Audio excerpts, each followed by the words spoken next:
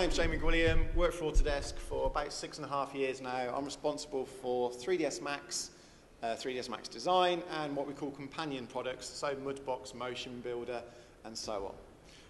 To my right, my beautiful assistant for today is Graham Bell, same job role as myself, and responsible for my Softimage and the same companion products that I just spoke about. So over the next kind of 45 minutes or an hour, if they don't stop me talking, we're going to be looking at just a general overview of what Autodesk is offering at the moment. And predominantly, it's all around suites. So everything you're familiar with from the Adobe point of view, we now have the same offerings in Autodesk when it comes to 3D applications. And then just to finish off with, we're going to look at a little piece of shareware application that you can use with Motion Builder to make your own motion capture data, whether you're using 3ds Max, Maya, or Softimage. Okay, so let's have a look at the actual offerings themselves then. They all fall under the umbrella of entertainment creation suites. And you have the two what we call hero products, your 3ds Max or your Maya. And then in the Entertainment Creation Suite Premium, you also get Softimage, Motion Builder, Mudbox, and hopefully you're familiar with a package called Turtle as well, used extensively in the games world for doing rendering and working directly with Maya. So just out of interest, who's using 3ds Max in this audience? Okay, and Maya? Yeah. Okay, so about 50-50. Softimage? There's one guy there, see, one guy there. There's two. Two, I'll convert them all by the end of the audience. Okay. Hopefully. So the other offering that we have, the premium one, is basically your all singing, all dancing suite. Then after that, we've also had the standard suite, which you've had now available for about a year, which includes your Maya or your Max, with your Motion Builder and with your Mudbox. So if you're using any of the tools, like Motion Builder, Mudbox, with the hero products, then in short, the best way to save money is to get a suite. It's about 1/3 of a saving with regards to cost. So if it was my money, go for the suite. It's just cheaper. So to give you an idea of the ethos behind why they've done suites, it's the same idea for you having the Adobe suites. It's all about making sure that your pipeline is efficient as possible, and when those jobs come in that require complex work, you've got the tools straight away that you're allowed to use on your seat, on your workstation, and get the best quality work out of those products. Now, it's all about optimizing the end-to-end production workflows. And as an example, I'm a die-hard 3ds Max user. You know, but I've invested a huge amount of time in 3ds Max. And if I need to do particle flow work, so particle effect work, then I've always used 3ds Max.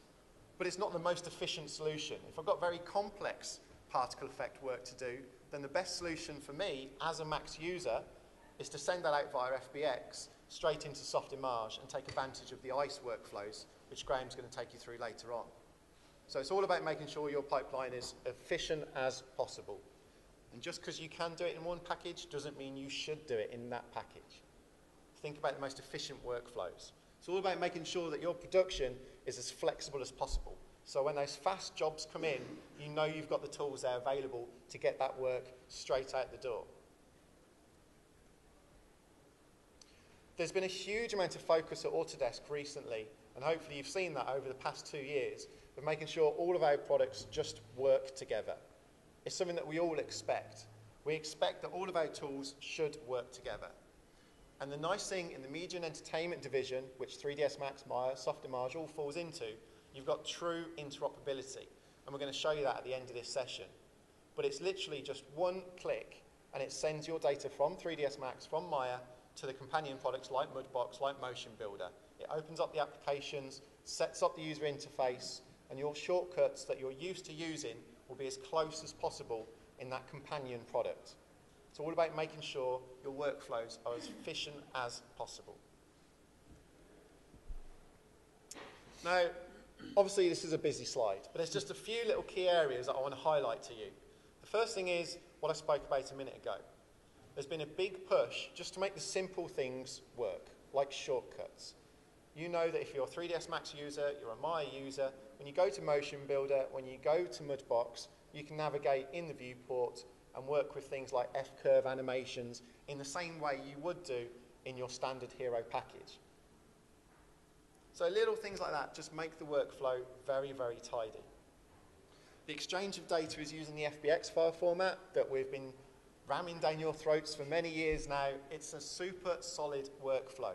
There's some very, very large game studios that use that as their standard file format to exchange data in all of the applications they use, not just the Autodesk ones. So FBX is a very, very solid, production-proven file format. Has a huge amount of investment in it from Autodesk. So again, if you're using other file formats to swap data around in the Autodesk products, then I strongly recommend you look at FBX. It will make your life much, much easier. And then the other thing that I know Graham's going to touch on later on is PTEX maps transferring from Mudbox to Maya. Super efficient workflow. Industry buzzwords at the minute are all around PTEX. And if it's something you're not familiar with, then I do strongly recommend that you just do a little bit of investigation, basically use Google, have a look and see what PTEX is all about. Because this is extremely influential over the film industries, and it's pretty much where that industry is going to head to with regards to making textures. Now, I touched on this briefly, and I just want to highlight the fact that if you've already got a standalone package of 3ds Max or Maya or Motion Builder, then the easiest way to upgrade to a suite is to upgrade the versions you've got already. And what's nice about this is it's a nice cheap upgrade. If you're students, then you've got access to 3-year licenses of these products as suites. You get all of our tools for basically free. So again, if you don't have the free version, if you're a student, then I strongly recommend you get hold of it. But the easiest way to upgrade to a suite is have a hero product and upgrade up for around about 1,400 sterling. And if you think how much money those products earn you from your clients, 1,400 is nothing. It's the same idea that we have with Adobe. I keep going back to this, but all of you probably use Photoshop. And it's probably one of the only real tools you use in the Adobe package, but yet everybody, including myself, we still buy the Adobe suites. And there's about another 6 or 7 packages we never use. But with this workflow, with these suites, all of these tools will be extremely beneficial in your workflow. So on that note, you've probably heard enough from me for a minute, so I'm going to pass you over to Graham, who's going to go into more detail about these companion products. Okay, thank you, James. Hello. That's my arrival. Okay, so I know some of you in the room don't use Softimage, except for those 2 people there who get a gold star from me. So, you know, why would you use Softimage, basically? Well, you know, the fact is you can use it for 2 simple things. One, to create jaw-dropping effects, sophisticated effects, and you use ICE to do that, the interactive creative environment. It is the newest technology, really, or one of the newest technologies that Autodesk have in their stable of kind of development. And it's awesome. You know, it's visual programming. It's not a bunch of funky scripts that have been put together. It's visual programming. You know, it's node-based workflow. You know, some people compare it to Houdini, and you know, there's some comparison there. So you can do particles, you can do object deformations, you can do kinematics, and now you can do procedural-based modelling as well inside ICE and Softimage. You know, not only that, you've got facial animation with Face Robot. I think personally one of the most underrated features of Softimage. There's not a solution out there on the market that does what Face Robot can do. So if you're doing facial animation, it will sync up with Max and Maya. And of course, Softimage perfectly well. So I really encourage you to look at that as well. There's some really good pipelines there to work on that. So we're going to see a video now from Blur Studio, who are, you know, a long-term kind of user of Max and Softimage. And I think really, I'm not going to waffle on too much, but I think they're the best guys to really kind of, if we can find the audio, they're the best guys to really talk about this in their own words. So if you run video.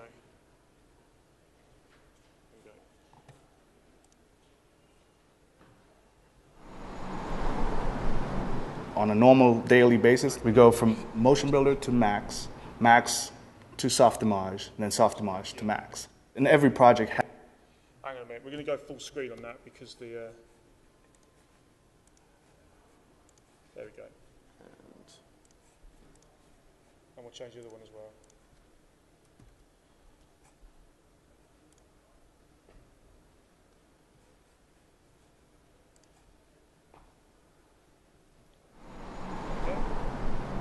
On a normal daily basis, we go from Motion Builder to Max, Max to Softimage, and then Softimage to Max. And every project has its own challenges.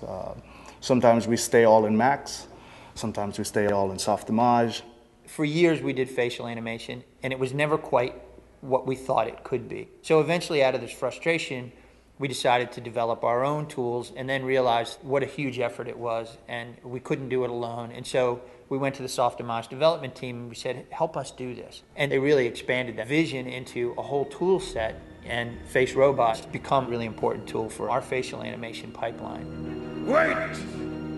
There's just one last minor detail with which I ought to make you familiar.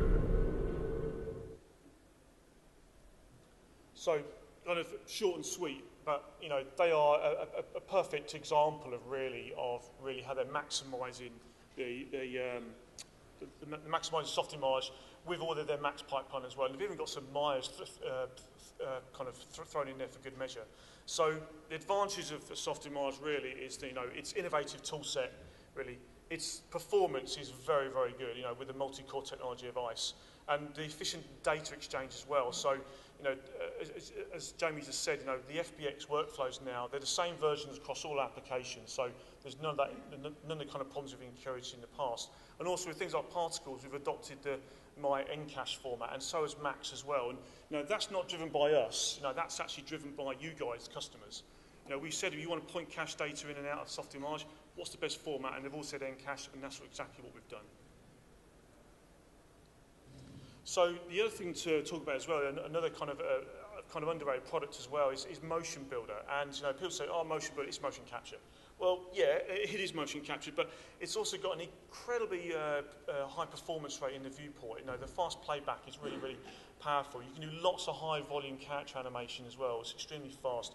Yes, it does mocap editing and data cleanup. That's been its heritage. But for virtual cinematography and performance animation, it is the de facto tool to use. You know, we talk a lot about Avatar, but you know, Martin Scorsese's filming Hugo Cabaret at the moment over here.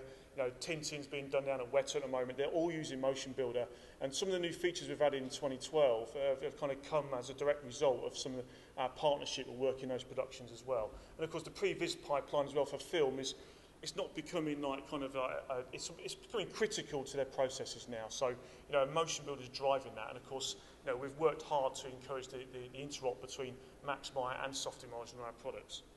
So we've got another kind of voice from the customer here on the EA, and I think they've got a really good example of how they're talking about Motion Builder and how they're using it in their EA Sports MMA is probably the most realistic fighting experience you can have in a video game. We pulled a small group together to do a demo. It was a rough playing prototype, and we pulled stuff from every single game we could. EA has a long history of making fight games, and we have an enormous motion capture library. We have files that are made on completely different characters, completely different skeletons, and we were able to use Motion Builder to bring in that data, transfer the animation from the one rig to the new rig with really good results, and it made it really easy to find a move that was what we were looking for, put it on our new character, get it in the game, and see how it would work quickly. Our animation crew here at Tiburon is very familiar with Motion Builder. Our technical artists especially live in there. And as far as we were concerned, that's the way we were going, and there really wasn't an option for going somewhere else. Let's get it on! So, I mean, again, short and sweet, but you know, I think it really kind of rams home the advantage of the real-time performance that it gives in the viewport. Now, live device support as well. So if you've got a webcam, and I'll be showing this a bit later, if you've got a webcam, it will feed directly live into the viewport, so you can film your dailies at the same time as doing your actual capture footage. The data cleaning is extremely easy, and the pipeline integration as well. You know, we've worked very hard for this. The chances are that, you know, many people are using multiple softwares already. So people go, you know, I'm a Max guy, I've already got a Character Studio or Biped or Cat, what do I need Motion Builder for? You know, that's a very good question, but there are things in Motion Builder that, you know, Max can't do, and Maya can't do, and Softimage can't do. And, you know, it's those things trying to leverage the best thing out of that particular package for that particular purpose. So, you know, don't just ignore it, really have a look at it, because I think, you know, it's one of my personal favourite package, personally, So Mudbox 2012, and you know, I'm really chuffed with the Mudbox 2012 release. It's so much stuff in here. I'm really encouraged with what they're doing, and we're really pushing on a lot of this. So Digital sculpting, that's its backbone. That's what it was created for. Now we've got high quality texture baking as well. So the fact you can now do all your ambient occlusions, all your displacement maps, your vector displacement maps as well, and also kind of all the kind of normal maps. And of course now you can output those in the PTEX format, which Jamie mentioned. So if you're not familiar with PTEX, it's a Disney technology developed by Pixar. It's basically painting textures with no UV coordinates whatsoever. That sounds like voodoo, but it does actually work, and it's incredibly powerful. And you can get some incredibly high resolution textures, but you can output all that from Mudbox, and you can paint inside Mudbox now in PTEX as well, so I'll be showing you a bit later. So the painting system as well, we've got complete interop now with Photoshop. All the blend layers, all the layer masks, all the layers all come in from Photoshop as well. So we've got some really, really cool stuff there, so I'll definitely check that out as well. So yeah, the advantage now with Mudbox, we've cleaned up the interface a little bit, although it was pretty clean already. So we've gone with a dark grey look, which we're going to consistent along much of applications now. We've got some really good marking menus. The tool set is very clean and efficient.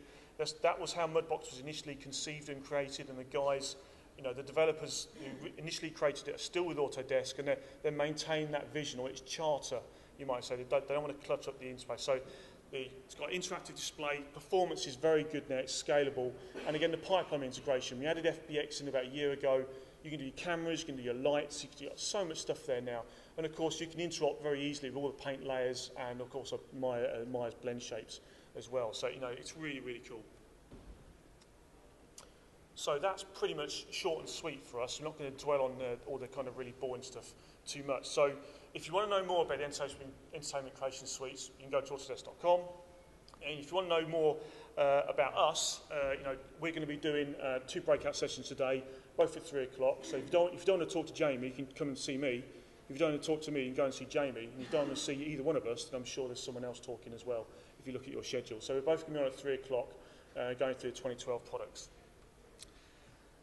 And so more of us, so Jamie is the social media guru, really, because he's a Twitter guy, he's a YouTube guy, and he's a blog guy, so, he's got some great stuff on here, he's always posting stuff all the time. I'm on the area, and a blog myself, and people go, oh God, the area, not the area. Yes, we know it's got its faults, but we are addressing those issues. We've had a big customer feedback survey on the area, we've taken that on board, and we are going to be revising that in the year ahead. So there's a lot of really good stuff to come from here. Stick with it. It does have some good stuff on there, but we're really working hard to try and make it a lot more of a kind of customer experience. So with that, that should be it from us. Now Jamie's going to do something rather special. Just very quickly, do you like the way that Graham politely said I have no life by calling me the social media guru? I quite like the little dig he did then. But Twitter, blogging, how you got time for this? So what we're going to do then, just kind of give you a bit of an idea of the workflow with the suites. And obviously, if you want to see more, 3 o'clock is going to be where we really dive into the applications, and you can ask us all the questions to kind of really put us on the spot. But what we're going to do is just give you an overview of how we can get data from the products, 3ds Max or Maya, into Motion Builder, and why you would want to do that in the first place. So bear in mind, we're working in Max, but everything we're doing is exactly the same in Maya. So first off, this is our game's character that we're going to use. If I just zoom out, you'll see, it's a standard T-stance kind of pose. And underneath the actual mesh itself, if I just hide out the mesh and bring back the rig, you'll see we've got a standard biped with a few extra bones here and there to control extra components of this geometry. So let's just bring back the rig and the mesh itself. Now, I know that I can manually keyframe all this data using, in Max, the biped, the cat mode, manually go through that, or I can just use standard motion capture libraries that I've already got that come with both of our applications. So I can do that, but sometimes it's not the most efficient way of working. If I want a very specific motion capture sequence to be made, don't want to waste time keyframing it, then the best option for me is just to make my own. Now, traditionally, before the 2012 releases and before extra little shareware applications came out that are completely free, it cost you a few £1,000s to build your own motion capture studio or hire it for a couple of days to make the systems you want. The workflow we're going to go through today is we're going to use an Xbox Connect that you can get for about 100 sterling with a stand that's about 15 sterling, and we've got our own motion capture studio that we can carry around with us. That's what we're going to do today. So to start off with, I'm going to get this data. I'm not going to select anything, which I should do, but I'm going to go for the lazy option. I'm going to navigate down to my import and export options, and below that I've got a send to. And of course I can send it to Softimage if I want to take advantage of ice for particle effects. I can send it to Mudbox if I want to do my sculpting, but I'm going to send it to Motion Builder. And we've got 4 main choices. Just dump or send the entire scene. I can do current selections that I've got and just update them in the application if it's already open. I can go through, add it to the current scene, or I can send everything if I make changes again. So in other words, all your options with regards to workflow are completely sorted out. Now, at the moment, I'm going to send the entire scene. And by the way, that's consistent with all the packages. So in my, it will say send to Soft, send to Max, send to Motion Builder, and the same thing with Softimage. We've kept it consistent because, you know, if you jump in between the packages, the familiarisation can be, you know, initially a bit hard to kind of tackle. But we've kept it simple, and, you know, it's FBX doing it behind the scenes. And of course, people say, "Oh, FBX." There's an SDK for it. Download it. You know, we don't charge for it. So, you know, you can go in there and tailor that pipeline transfer to your own particular needs if you want to.